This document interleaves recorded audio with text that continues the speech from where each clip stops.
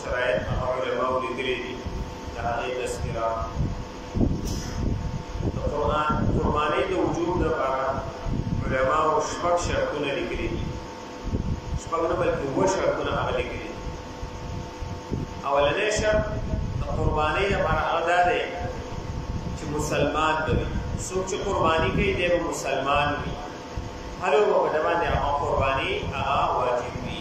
بغیر مسلم باندې قرباني واجب نه ده دویم شرط علما لیکي مقیم به وي یعنی مسافر به نه یو سړی دی مالدار دی خو مسافر دی نو علما په دې کې مسله دا لیکي چې داسې مسافر دی چې کوم سفر شرعي دی د 15 ورځو نه کم یو ځای ته د ده اراده ده تللی دی او دغه علاقه چې دی دومره لرې ده چې 78 کیلومتر لار هغه ده طی کړې ده مسافر او د 15 ورځو نه کم اراده ده مسافر دی اوس که دغه ځای داسې وي چې هلته کې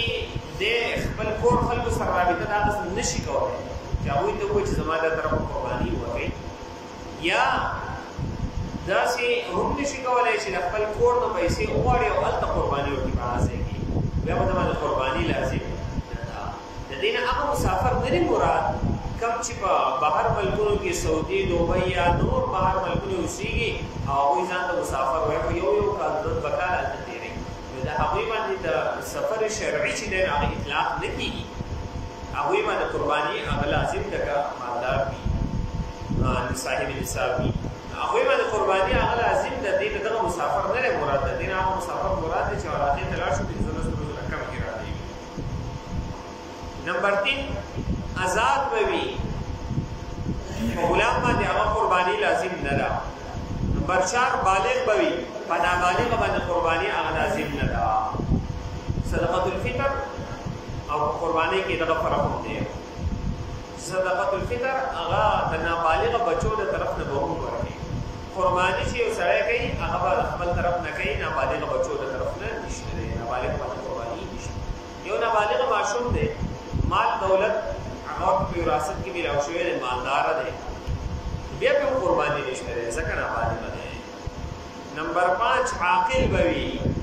عقل به پکې وي لیونی به نه وي په لیوني باندې قرباني نشته اگر که مالدار دی بینک بیلنس وغیره ډیر دی مالدار دی خو بیا په قرباني نشته دی لیونی دی مکلف نه دی نمبر 6 مالدار به وي دا شپږ شرایط دي نو مالدار به وي غریب باندې هغه قرباني نشته دی نو مالدار به څنګه وي صاحب نصاب وي د مالدار نه مراد صاحب نصاب دی اوس اصل مسله نه نور شرایط خو آسان دي نه خو اصل مسله به د نصاب کې ده ډېر خلک په دې نصاب کې هغه غلطېږي چې د قربانۍ لپاره نصاب هغه سره قرباني به لازم وي او د قرباني هغه باندې ځان ګناهګار دي او د قرباني نه کولو چې دنه هغه کومه سزا ده انشاءالله جمعې په ورځ به د هغې تذکره وکړو د قربانۍ فضایل او د قربانۍ د نه کولو چې دنه هغه وعیدات د هغې تذکره به هغه وعیدات به هلته بیان شي خو ډېر خلک داسې وي چې قرباني به هغه لازم وي او د قرباني هغه نه کوي نو مخکې د دې نصاب پېژندل پکار دي د نور شرایط خو وي اکثره خو دا نصاب په دې باندې هغه پوهه کول ځان پکار دي نصاب اول ځان په دې پوهه کول پکار دي نصاب په څو قسمه دی قرباني یا د زکات داسې یو سره زر دي یو سپین زر دي یو هغه نقد مال دی او یو چې دی نو هغه ساز سامان دی سلوس سره زر کې نصاب دا دی چې کله ونیمو تولو ته ورسي په دې کې چې دی نو هغه بیا قرباني شته دی زکات وغیره به پکې شته دی صدقه فطر وغیره ټول لازمي په چاندۍ کې هغه نصاب دا دی چې 52 تولې چاندۍ ته ورسي سپین زر نو بیا په قرباني چې دی نو هغه لازم ده په نقد پیسو کې او د کور چې څومره سامانونه دي چې کم د ضرورت نه خالی وي کم سامان چې د ضرورت نه زیاتې وي هغه سامان دا چې کله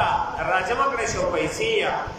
د دې ټولو حساب ولګولی شي او د 52 تولې چاندۍ قیمت ته چې دی هغه ورسېږي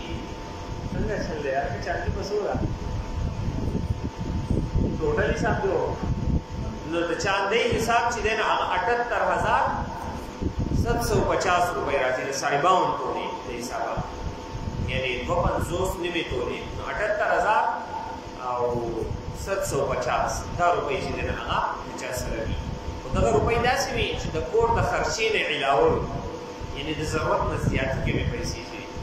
هغه یا په کور کې چې دی نو هغه داسې سامانونه وي په شوکیسونو کې لوښي پراته دي هغه د استعمال لري په کال کې یو پېر نه استعمالېږي یا په کور کې داسې سامانونه وي چې هغه نه استعمالېږي د ضرورت سامان نه دی دا ټول چې دی نو هغه به حسابولی کېږي صرف او صرف په څه کې په قربانۍ کې په زکات کې دا نه حسابېږي په قربانۍ کې دا حسابېږي په زکات کې نه حسابېږي چې کله دا چاندي یا نقد یا سامانونو د دې قیمت د چاندۍ د قیمت ته ورسېږي نو بیا پرې قرباني خو بله یو خبره هغه یاد ساتل پکار دي عموما په کورونو کې د زنانو سره 2.5 تولې سونه نه یا 3 تولې یا 4 تولې یا 5 تولې یا 1 تولې یا نیمه تولې نو دی وایي په موږ باندې هغه نه قرباني شته دی نه صدقه الفطر هېڅ هم نشته دی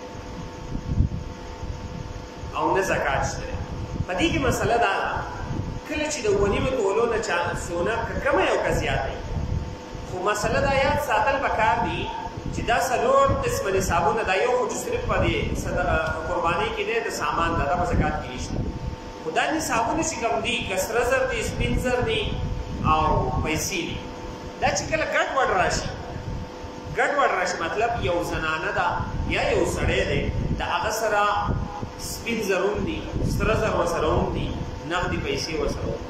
نو اوس په حساب د سرو زرو نه کېږي اوس په حساب د سپینو زرو کېږي دا 78,000 روپۍ حساب کېږي